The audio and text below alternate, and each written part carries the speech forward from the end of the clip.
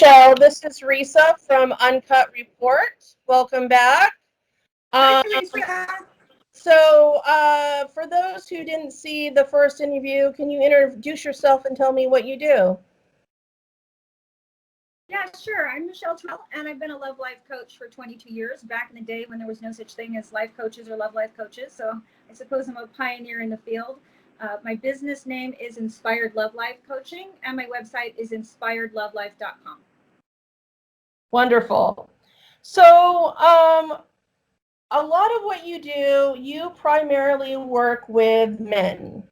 And I know you had discussed with us and in a previous article and video that is your primary focus right now. What I'd like to know is maybe some case examples, because you do talk a little bit about toxic moms, men having difficulties in their marriages. They're playing, referee with the children and the moms. The kids end up being, unstable in their own way. So I was wondering if you could speak to maybe a case example, a client story, without violating confidentiality, of course. Right, right.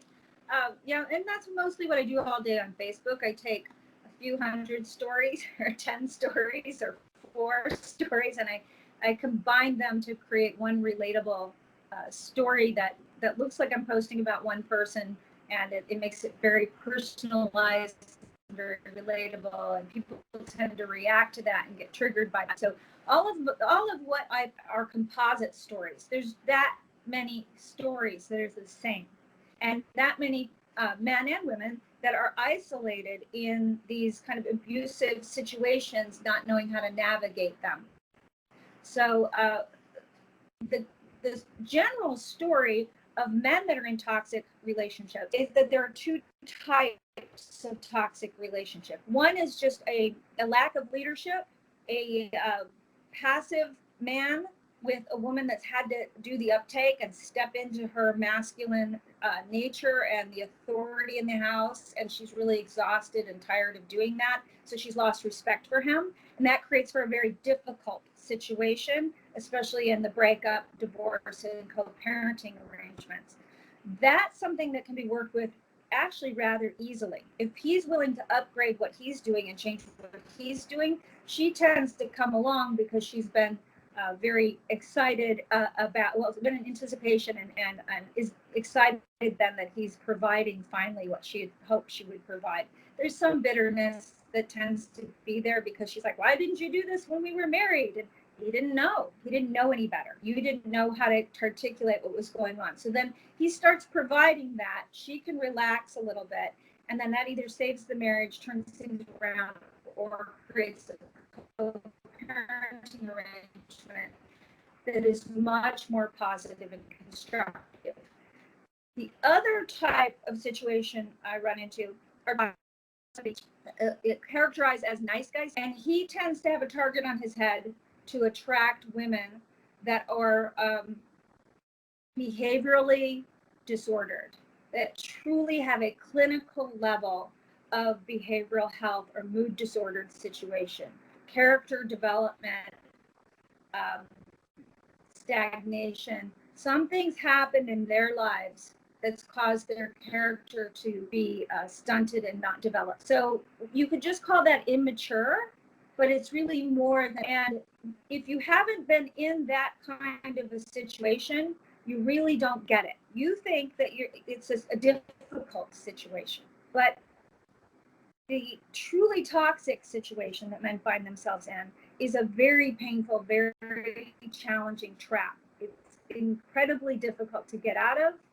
and it's incredibly painful when the divorce happens. And there's two types there: passive combatives, the toxic women that they're dealing with, passive combatives, or high conflict. And high conflict's actually easier to deal with because it's obvious. They're conflict. They're keying cars and they're doing destructive things. And you can point at it and go, "That's a thing." But the passive combative, that's this very subtle, insidious type of thing. We hear a lot of talk about psychopaths and narcissists and all that sort of thing. This has gotten lumped into that conversation. That's like very social media culture right now. So we have situations where women are pulling all kinds of stunts, and men that are in like a PTSD kind of situation where they can't even begin to emotionally handle what's coming at them. So they crumble, they collapse, and they collapse under the weight of all of the family court stuff, which is its own maze of craziness, clown court kind of stuff. So these men, they become in a toxic pressure cooker, and they have I say we're unearthing them. The true venom has gotten really compressed underneath all these layers of, and when we can unearth them and bring them up to their true authentic, they don't backlash on this woman. They learn how to navigate it so they can insulate their children, so they can keep their children from developing the same bad habits, from needing therapy later. And I have some very specific things that I teach men to combat the toxic situation that also heals them and gives them a safe haven so they can get their shit together, you know.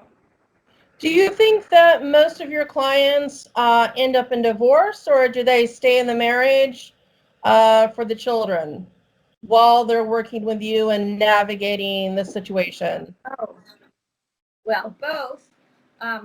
By the time my particular clients who I attract get to me, they really should have been divorced a long, long time ago.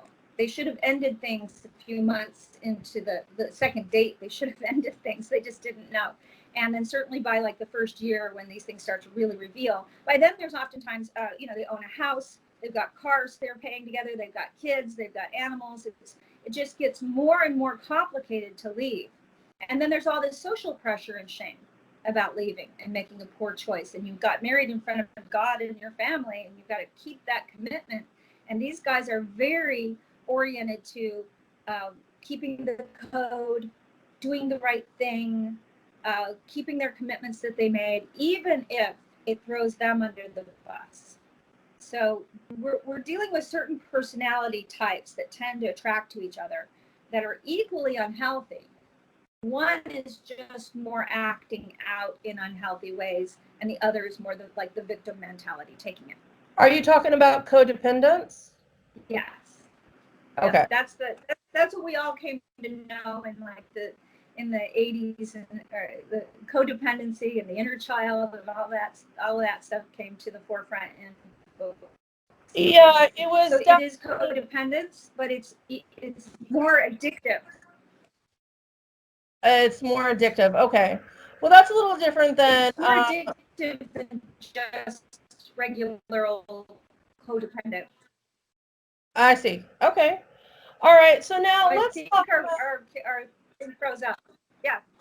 Yeah, I'm sorry. We might be having a little bit of a technical problem, but that's fine. We'll push through. Sometimes you get cleared up your audio, but I'm hearing what you're saying. So Okay. that's fine. So let's talk about the children. What is the impact on these children caught between these two parents, one codependent on the other, one a toxic mom, one a dad trying to navigate and play the peace officer in this situation? What's the impact on the children? Well, clearly children learn what they live. So they are being modeled this type of relationship as being the norm. This is their normal. It all becomes very normalized.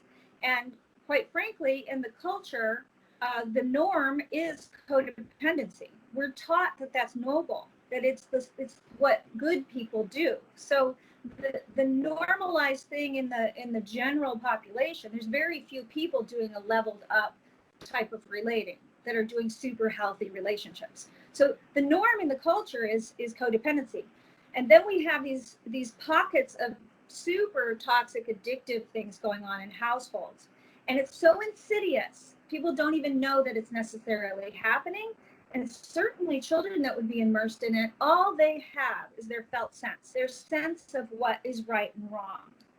And they get caught in this conflicted place where Their loyalties are being stretched between what they feel is right, maybe what they're being taught at school. It's like being in a racist household and going to school and learning about Harriet Tubman and racism's wrong and Dr. Martin Luther King. You're conflicted. So you're at home, you can see that one parent and feel one parent is being a certain kind of way, and the other parent seems to be one taking the brunt of it, and you're conflicted. You want to love. Children love their parents. They want to know their parents. They want to get love in return. And kids will do whatever they need to survive.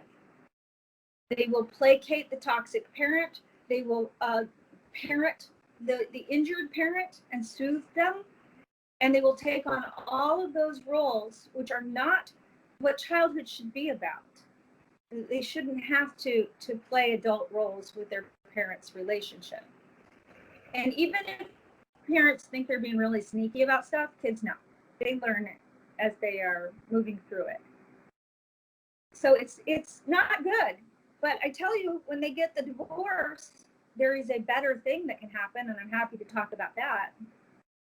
So, you are from Phoenix, Arizona. So, what percentage of these men that you're dealing with, and ultimately you're actually helping the family, the whole family, what percentage you say get caught up with CPS, which is no longer Child Protective Services in Arizona, it is now the Department of Child Safety. So Right. it's DCS now.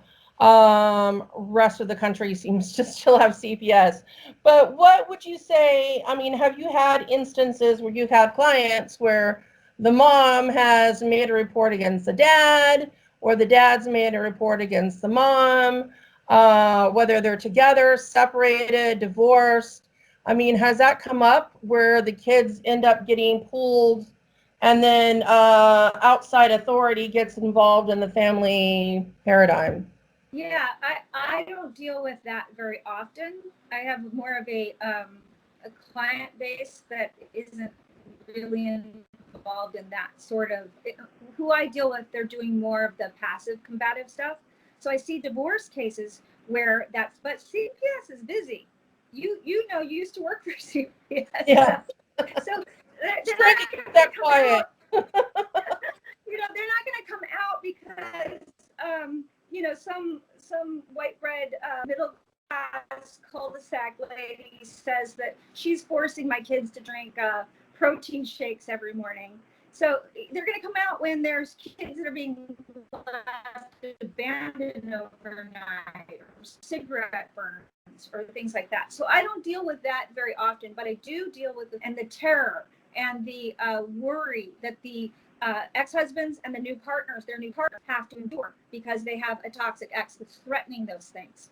And it is these men really feel like they're walking on eggshells in the relationship, and then they're certainly walking on eggshells and terrified of having their children taken from them, or going to jail, or having some sort of charges brought against them, or accusations. So that's a very common thing for the women to accuse and threaten to accuse and cause all sorts of trauma, get harassment injunctions. It's a little more white collar, who I'm dealing with, let's say, but it's still there. It's still abusing the system and threatening with the system to try to get leverage and cause someone to feel terrorized to get their way. Yeah, and I try to keep it quiet. Yes, I did used to work for CPS Sorry. back CPS and not DCS, but I was an investigator in DCS. I used to get reports like that all the time, where it was parents battling each other, divorced, separated, and the kids would be stuck in the middle. And I can't give you any statistics, but a lot of times. There would be allegations of sex abuse, usually by the mom against the dad that's separated, or they're in the process of divorce, or they're divorced from and they don't like the new wife. They don't like the new kids being around their child. So no, I that's why I was asking you what percentage of your clients actually have to deal with that. They deal with the threat of it, and I've advised many a client to not have like the new partner, if she's the target of the ex-wife's wrath at that point, which is also a tactic. I almost hate to talk about it because then people weaponize what I'm saying, but attacking the new partner is the new trend. It's the new thing. I think it's called the silver bullet method, where parental alienation is now a thing in family court that is regulated on. So they've got some criteria now for what meets parental alienation, minimums. So the mother does not want to be seen as alienating the one that's the alien. So she'll go after the new wife or the new girlfriend. And that's oftentimes means going after the new wife or girlfriend's chance. So if there are little girls and older boys, I'll often advise, I know it's not fair, it's a horrible burden, but maybe consider installing cameras in your house. So you've got all the interactions recorded, or not having those kids around a teen boy or a male roommate or anybody that could be accused and put into the line of fire. So again, let me say there are difficult situations that actually have some, they're challenging, don't get me wrong. Like, it takes a while to change the paradigm and the dynamics there. But then there are truly scary situations where we have a relentless predator coming after a man and his new wife. And that's a whole different category. And they will stop at nothing, and they will do all kinds of things. They don't have any feelings about it. They don't see the other people as humans. They don't see the other woman as a mother like them, and the children as anything other than somebody that's going to take resources from their child. It's very primal. It's very primitive thing. So people have to understand what they're dealing with, and that the system isn't really set up to handle this. It's set up to handle difficult situations. It's set up to process an easy divorce, maybe a challenging situation, judgments. But this very, very toxic thing I'm talking about is a whole nother animal. So, do you have any information, research, statistics about divorce court? I mean, are more judges becoming more open-minded to granting fathers sole custody or primary custody when there's this toxic mother situation? Or are courts still very one-sided and, pretty much give the mother primary custody of the children despite what dad has said and gone through and what he's explained to the court about navigating this relationship with toxic mother? They don't get to explain. Yeah, they don't get to explain. There's no anybody explaining much of anything going on in court. By the time it's just whatever the attorneys have laid out for the judge to sign off on. So whoever has the more savvy attorney is still the person that wins. But for stats on that, I would highly, highly suggest everyone to watch Divorce Court, the movie. It's a documentary about divorcing, and that there it is stacked with stats. And if you Google Divorce Court, the movie, the film, you'll get a lot of stats on that. So I can tell you about my personal experience, and I can tell you what I've seen in my clients' lives. I really was one of those people that was saying things like, oh, it's gotten better. Like, the courts are moving towards, and there's a lot of reform movements to get 50-50 as the standard. 50-50 custody, 50-50 parenting time, because those are two very separate things. You can have 50-50 custody and still have parenting time. That's different, but a lot of people don't understand that. It takes a while to get that. If you make 50-50 the standard, you're not setting families up to be in these adversarial evidence gathering, tit for tatting, creating a case. People get very addicted to that too, this codependent thing. They can't cut the karmic ties with each other. They've got all these entanglements with each other, and the court really sets people up to do this fight for their life kind of thing. You want to get somebody feisty, you talk about taking their kids away from them or limiting their access to their kids or their influence with their kids. So I used to be a little bit like, oh, it's more 50-50 now. But the only reason I think that that is changing, and I firmly believe this now after the last couple of years and what I've seen and what I've gone through personally in this last, is that we still have a court system that is leaning, and the only statistics that are saying differently than that is because we have more women that are being signing off on the 50-50. And then when they go to court, it's just a matter of processing the paperwork. There's no fight.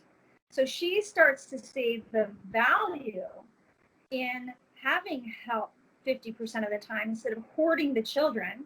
She sees that, oh, I get it every other week off, every other weekend off. That's great. I can take care of myself. I can build other relationships. I can have a life. I can get caught up just on the laundry. So women start to see the value if they've got a good guy that's not going to, forget that there are children and lose them, or have a fall with a swimming pool or something. They have a pretty responsible dude. They're signing off on it. Everybody's getting to a point where they're just signing off and agreeing. Mediation, peaceful divorce, which is some of the services I offer, attorneys doing the paperwork themselves. This is becoming much more popular. And the millennials are not having anything to do with this ugly divorce trial crap. They do not want to go into the court system and have some random, based on really ridiculous precedents that have been set. Judges are forced to use. So I don't even think the judges are being unfair. They can only work with what they can work with. Plus, family court is not a court of law. It operates as if it is, like a theatrical experience that looks like a court of law, but it's actually a court of equity. So you really don't want basically a probate judge deciding what's going to happen with your children. So I think a lot more people have gotten keen to that. A lot more women have stopped hoarding onto the children and trying to punish by getting child support when they themselves. They can buy their own stuff. If they're punishing or being to shape of physical health and the relationship their child gets with it's only in those cases where I talked about before, the 12 stages of healing, when the healing work hasn't been done and people are operating below stage 3 where they're not in their power.